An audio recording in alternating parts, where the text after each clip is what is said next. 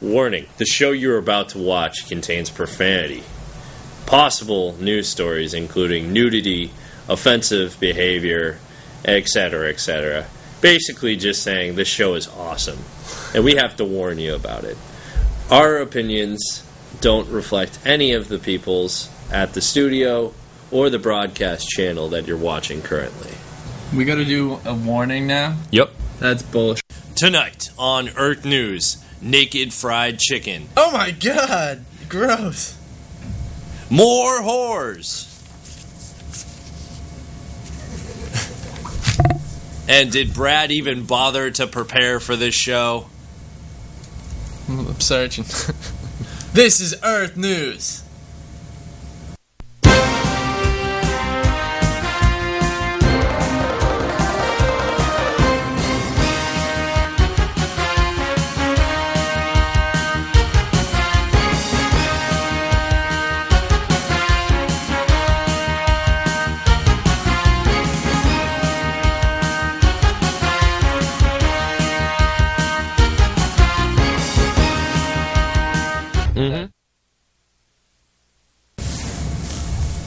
Alright, welcome to Earth News today. Welcome to Earth News. We now interrupt this show for a very important news bulletin. I guess we're not interrupting. Oh, that's right. Because reporting on Justin Bieber is not worth interrupting the show. Exactly. Sorry, guys. I'm Art Crandall. And I'm Brad Crandall. And this is the real fun news right now. Earth News. Here we go. Alright, so last week we left off with a pressing matter that a Rhode Island woman found the wrong body in her mother's casket. Could you imagine this happening? In Warwick, Rhode Island, a Rhode Island woman wants answers after discovering the wrong body in a casket that should have contained her mother, who died unexpectedly. Now, Lisa Convar of Warwick and her family discovered another woman's body in the casket at a New Jersey funeral home last month. The body of her mother, Margaret Porca, had been prepared at a funeral home in St. Martin. I looked up and was like, "Good God, are you kidding me?" She said. The family proceeded with the wake and with the casket closed because they discovered the mistake just before calling hours were about to begin. So the family believes a hospital or funeral home confused the body of their mother with that of a Canadian woman who died on the island at around the same time. They also think their body was cremated in Ottawa, where the other woman had passed and gone to the funeral home. This is just odd to me. Wouldn't you know, or wouldn't that person in Canada be trying to contact the same people? Or did they just report nothing? A missing? Yeah, report a missing dead person. Another thing, do you get your money back from all the services? Because I know that can be expensive. It's really messed up because they said the funeral home in St. Martin had not shed light on the mix-up and has tried to point fingers elsewhere. So she said her sister was not allowed to see the body on the island and that the funeral home wouldn't release it unless the family wired $7,000 in cash because it wouldn't take a check or credit cards. So before they could even see the body, they required money to ship the body. Is that messed up? That is messed up. It sounds like they got ripped off. Oh, dude, this is important. This is like your parents, or someone you love, close to you, and then you're going to do their funeral, and they're not there. But hey, couldn't that give you hope that they're still alive? No, it's clear that the body of these two people have mixed and matched. Sorry, I was looking for story. It's all good. At least there's potential. And did you hear about the opera singer that had a routine surgery that left her unable to sing and actually unable to sing without farting? You hear about that? Yeah, so the trumpets were playing during her song where this lady, Amy Hurst, who has performed at the Nashville Opera Company, filed suit against Fort Campbell's Blanchfield Army Community Hospital earlier this month, claiming that the episiotomy, Mike. Episiotomy. Episiotomy she received during childbirth last February caused her to lose control of her flatulence and, on occasion, bowel movements. Ooh. You know, and when you hit those high notes, you gotta keep it all in. It's just, or maybe she just keeps hitting those low notes. So that's rough. So we've been reporting on ridiculous stories, and this one is also ridiculous. A brother was arrested in a fight over peanut butter and jelly sandwiches. What? Now, a man was arrested this past Friday after an angry confrontation with his brother over his eating habits, according to a police report. The two brothers, both in their 50s, lived together on Des Moines' east side in Iowa. The victim told police that his brother, Jerome Davis, made 3 peanut butter and jelly sandwiches and ate them in the living room. Within the next hour, the suspect made another 3 peanut butter and jelly sandwiches, which the police report required that be equated to 6 peanut butter and jelly sandwiches. I don't know why they thought that was necessary to add 3 plus 3, but then again, we're reporting on the Des Moines, Iowa branch of the reporting. Anyway, so the victim confronted Davis about overeating, which quickly escalated. Both victim and suspect began yelling about the other being lazy and eating again, police reported. Davis then pulled out a folding knife and held it to the face of his brother, threatening to cut him. You know, all kidding aside, when the folding knife comes out, that's when the party ends right there. When the folding knife, you know. The butter knife. The butter knife. So when the police arrived, they took 2 folding knives from Davis, who told police he made the threats against his brother because he wouldn't shut the exponent deleted up and mind his own business, exponent deleted. So Davis was charged with assault, domestic abuse with a weapon, and taken to Polk County Jail. Wow. Huh? Yeah. So don't fight over peanut butter and jelly sandwiches. It sounds like it might have took up the whole loaf. You know, of bread. 6. That's 6 peanut. That's 12 pieces of bread right there. That's the whole loaf of bread. That might be the whole loaf. I think Maybe that's the whole loaf of bread. Maybe he just left them the crusts. Oh. Like, people would be livid. I'd be ticked, especially if he cut the crust off it too. Be like, what a waste. Right? You could have used like bread pudding or something, you know? I ate the whole loaf of bread. He ate the whole loaf. I think he had it coming to him. Yeah, probably. Eat a whole loaf. Yeah, and with that many peanut butter and jelly sandwiches, you know he probably polished off the peanut butter and the jelly too.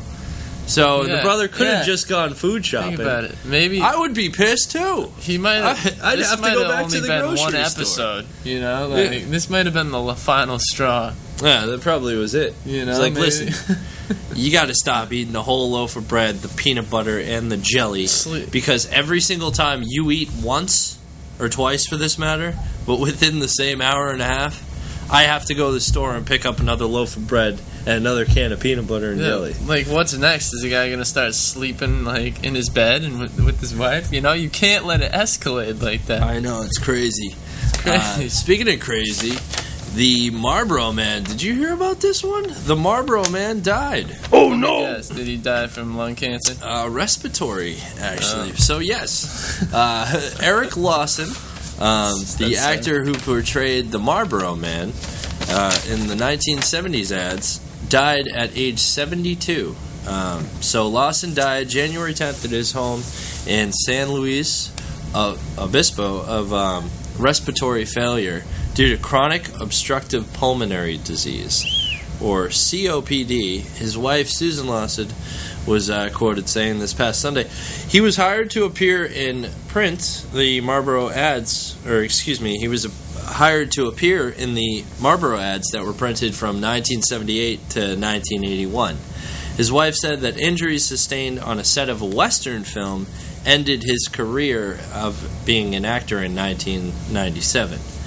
He was a smoker since age 14, and he later appeared in that anti-smoking ad that was against Marlboro. Yep. and it was a Entertainment Tonight segment to discuss the negative effects of smoking. And he knew the cigarettes had a hold on him, but yet he couldn't stop.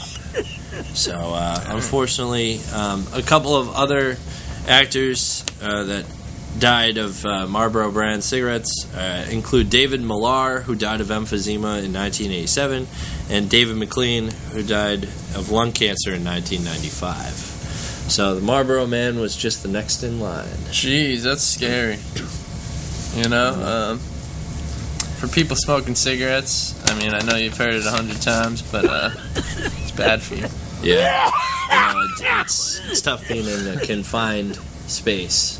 Yeah, it is. You know, but and about seemed like you were hinting at me on that one. I was, man. And, that's a segue right there. With confined spaces, a revenge is best served drunk. Intoxicated man rammed his SUV. That was not the story I was going for. That works. That works. In the confined little pub. No, this guy got I don't know if it's refined a little pub, but in Atlantic City, famed Irish pub has closed for the first time since Hurricane Sandy when a man crashed his car into the bar after being refused a drink. Donald Preston Jr., 50, of Pleasantville, New Jersey, was charged with drunk driving after ramming into the historic 111-year-old bar Sunday afternoon. Yeah, that's crazy, right? Yeah, they said, reporting on that story, they said it was the same bar that had the front, broken into from Hurricane Katrina. Oh, so wow. It's the second.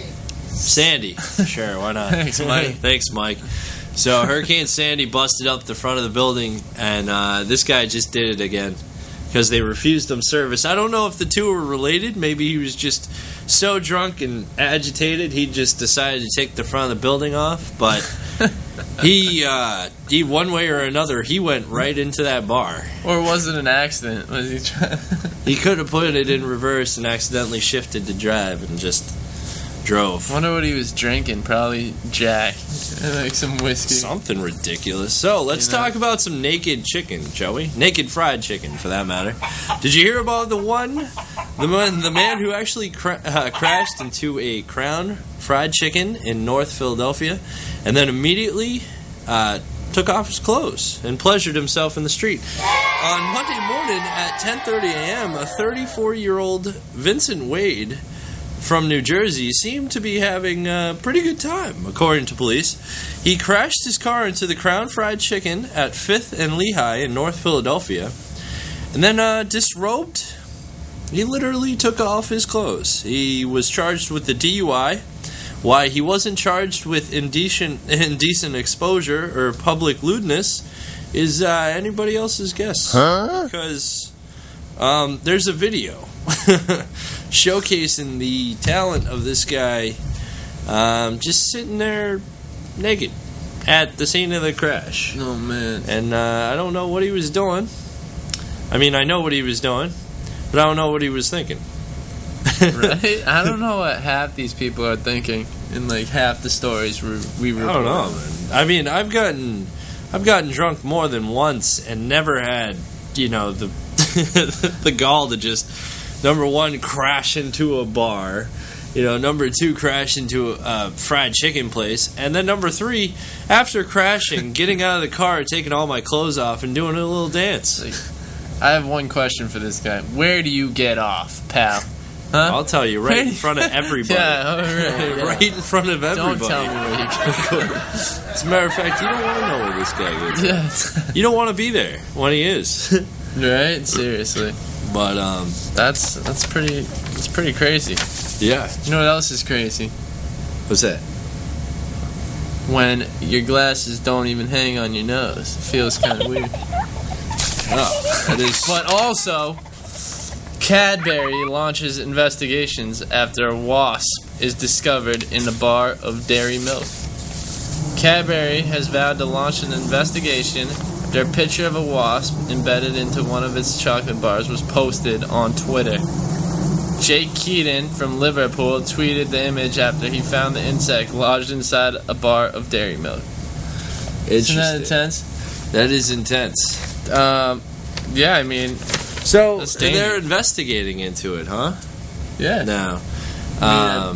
The bee died in chocolate ecstasy. Yeah. Oh my gosh. And Cadbury's huge over there in England. But I think it's Birmingham. Birmingham, England is where the factory is. It's huge. Absolutely huge.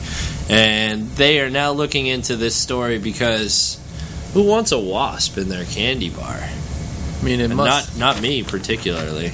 Not me either. Not me either. And especially not people... Wait, are people allergic to wasps? Oh yeah, bee stings, wasps, whatever.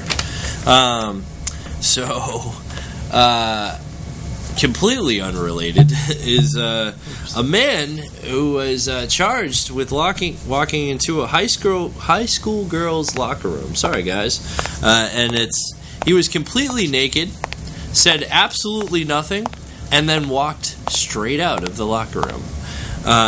In South San Francisco, police this past Monday released this sketch of a man who walked into a high school girl's locker room, and he was exposing himself apparently naked when he It was on the evening of January 13th when some cheerleaders were changing their clothes. So he was trying to live out a fantasy, walking in there naked, and didn't say anything to the girls. The man entered through an unlocked door, made eye contact with the girls, and then left without saying anything. The man was described as being in his 40s or 50s, 5 foot 5 inches, with an average build and a potbelly. This guy probably was just trying to live out his fantasy. Right. You know, got a bunch of high school cheerleaders walking in the locker room. What happened with that confined area story? Which confined area? With the 2 kids in the confined area? I don't know. The one that was online? Oh, yeah. The one that you missed your cue on? Crazy story. Okay. Yeah, this lady... Thank you, Dan, for this story, by the way. Because when he told me, I was like, that's Earth News material right there. So, this is what happened. In Colorado, let's see, Jensen was... this lady was charged with criminally neglecting her child's negligent homicide, child abuse resulting in the death and false reporting of the hypothermia deaths of her son, 2-year-old William Jensen and 4-year-old Tyler Jensen, in November 2012. Mrs. Jensen created the situation that caused her children to die. Prosecutors Daniel Lewis told the jury of 10 women and 5 men. It was a tragedy, but it was an accident. It was not a crime, said public defender. But Jensen's son died after she had strapped them into the car seats in the back of her SUV and drove to the Grand Mesa east of Grand Junction to meet a male friend. She told her live-in boyfriend that she was taking the kids to play in the snow. The police investigation showed Jensen's husband had died less than 2 months earlier in a car crash. Lewis laid out a timeline that had Jensen leaving her boys in her car for nearly 90 minutes, about half an hour after she first left them in the car. Jensen went back to her vehicle and gave Tyler her cell phone to play with. She then locked the child's safety locks on the vehicle and returned to her friend's truck for almost an hour. Tests done later on the vehicle showed that the temperature inside could have reached 140 degrees. Craziness. So you're telling me that this woman, whose ex-husband, because he passed away 2 months earlier, she had a live-in boyfriend, and she was going to meet this male friend, left the kids in the car, and came back an hour later? Hey, girls, trailer trash. What is that? That's ridiculous. That's like an episode of Springer right there. I know, that should be on Jerry Springer right there. I mean, what type of girl does Steve that? Loco. What type of girl has a husband, that just passed away, goes for a boyfriend, live-in boyfriend, and then goes out and messes with another girl or guy? Trash. She's like easy, right? I don't know. What type of girl would you call that? Easy. I don't know. Like someone who like takes... a whore? Yeah. And speaking of whores, more whores. Thank you, Brad. You're doing great on these segues today. So more whores were found, this time in Natick, believe it or not, close to home. Women were promised jobs at a spa. They were forced into sex slavery, police say. This happening again in our own neighborhood. You know, Framingham, Natick, and I haven't even heard of any of these places. And you think that would be a word passed around, you know what I'm saying, between men. Anyway, the Chinese women were lured to Natick with a promise of a good job at a day spa, but instead were held against their will to serve in a sex trade and even forced to pay to live as prisoners. This is really messed up. That's mad. So the Natick police recently received a complaint from a former spa employee. She told police that she had answered an advertisement in a Chinese language newspaper to work at the Oasis Spa. She was promised a job where she would be doing facials and nails, Wall said. However, when she arrived at the spa, she quickly learned that wasn't true. She was told she was not allowed to leave, said Wall. She was only given bread and potatoes to eat. So they were on a diet of bread and potatoes, and the girls were then charged $10 a night to sleep on the beds, on the massage tables at night after. Instead of doing normal spa work, the women were asked to perform massages and then perform quote-unquote happy endings, where obviously we all know what a happy ending is by now. On Monday, this past Monday, an undercover Natick police officer went into the massage parlor after being offered to have a sexual act performed on him by Zhu, which it was witnessed by Zhang, the two women that run the massage parlor. Both women were arrested. So what I want to know is what we asked on last episode with the Framingham whorehouse is, did he bust them before or after? Yeah. I mean, seems like the perfect crime to bust them after. Right? You know? Like, how do you know it happened? Well, I know because it actually happened. Yeah, they'll be like, well, let's take the testimony in court. They'll be like, well, so he came in and he likes services. It's like, yeah, he's been here multiple times. Yeah, it's like, I don't know why he busted us this time. He's been here like 20 times in the past year. He's been coming here for the last couple of years. That's terrible. But it is awful. The good news is that the operation has since been ceased. Oh, well, that's... Well, you know, it is what it is. Yeah, that's true. Very true. It is what it is. Unfortunately, you know, for these people, it was, you know, stopping a trade. But, you know, they had it illegal in Providence for a long time. You know? Oh, really? Yeah. It was something like prostitution was allowed indoors in Providence. It was like a little loophole.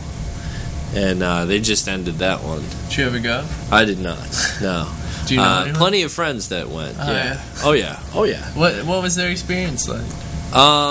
Well, unfortunately, now that I'm looking at these stories, you're getting the response from their side of the story, which is probably cruel and unusual punishment, being a sexual slave. So, unfortunately, not good, but glad that, you know, even if it was close to home, it's come to us. Yeah, for that's that matter. true. Any bad content like yeah, exactly. that. Did you hear about the woman that threw away her cat for being gay? Cat Her being pet gay. cat for being gay. And we don't have to go too much into this story, but well, that's good because that's kind of weird, don't you think? Like, yeah, if your animal is gay, shouldn't you still love it? I mean, right? Come on, it's a pet, right? I know this sounds ridiculous, probably politically incorrect, but just keep the pet in the house. You know, if it bothers you that much. Like, did this woman have like multiples of cats? I'm sure there would be some. She's a cat lady, like from The Simpsons, like crazy. I'm sure there would be some. Like, he's gay. Like, How does she even know? Love a gay animal too. How does she even know though? Like, how do you test that out? I guess it says that the cat. I mean, dogs hump legs. You know? Yeah, it's true. I'm just saying. This lady might have got rid of her dog for humping legs. I don't know. Yeah. Looks like that cat has a little rainbow tint to him anyway. Yeah, that's just the picture. But, yeah, that's... But, yeah, Mike, how we doing on time? About 3 minutes. Awesome, because I'm all out of stories. Do we have any calls? No. Good. No calls? Wow. You know, no news is good news sometimes. Very true. Very true. And also, did you hear about the girl? East Kingston girl is doing okay, luckily, after she got her tongue stuck to a flagpole. Like, we talking Christmas Story? Like Christmas Story. Like the kid that got his tongue stuck to the pole, and then... Or are we talking Dumb and Dumber style? This is Maddie Gilmartin, 12, has helped her dad in Thursday's snowstorm on a whim. She decided to touch the flagpole with her tongue, and she got stuck. Yeah, in this incident, there was no sinister triple dog dare, just some innocent curiosity. Oh, man. You gotta teach your children not to lick metal. You know, I blame the parents. Yeah. You know? But, I mean, I guess it's just like... kids will be kids. Yeah, you gotta blame the school, maybe. Well, was this a dare? Or did the girl just straight up dare. Just walk up and lick the pole? No, it took her seconds to realize this was a big mistake on her part. Well, no kidding. Yeah. And the proper way to get yourself out of that scenario is hot water. Warm water, actually. Just pour it down the pole. I don't know why I know that. Maybe it's Dumb and Dumber, but you never know. Let's share a little... old news. One time Art got a cup stuck to his face. I was actually going to mention that. So, you know how you can get a cup stuck to your face by sucking the air out of it? Well, I took one of those Tupperware cups and I literally just kept sucking the air out of it, you know, breathing in through my mouth and out through my nose. And I just kept going and going and going, and it stuck. I mean, it stuck. Like, I was stuck that way for a good 5 minutes. And yeah, well, you know, I didn't lose any brain cells, so that one's but I did look like a fool for like the next 2-3 days at school because I had like a purple circle all around. It was hysterical. Oh my god. Oh, I found another story too. Be careful with hickeys because this woman got paralyzed by one. And I want to thank Mike for getting this story. The 44-year-old New Zealander went to the emergency room of her local hospital after she was losing movement in her left arm while watching TV. Doctors concluded the loss of the movement was caused by a stroke, but were baffled concerning its cause until they noticed a love bite on the woman's neck. Incurred a few days prior, bruising from the hickey had caused a blood clot in the artery directly below the woman's skin. This clog dislodged itself and traveled to her heart, causing the minor stroke. The woman eventually experienced a full recovery after being given an anticoagulant to break up the clot. So, be careful when you're giving hickeys. Yeah. So, guys and girls, be careful when you're giving hickeys, because you could give someone a blood clot. Could kill somebody. Yeah. Well, more interesting stories coming at you next week. I'm Art Crandall. And I'm Brad Crandall. And you're watching Earth News. Yeah! Wow, I think that was a good episode. That was a good episode. Yeah. This is Earth News. And thanks for watching. Oh, yeah. It's been real. See you next time. That's too long. Too long.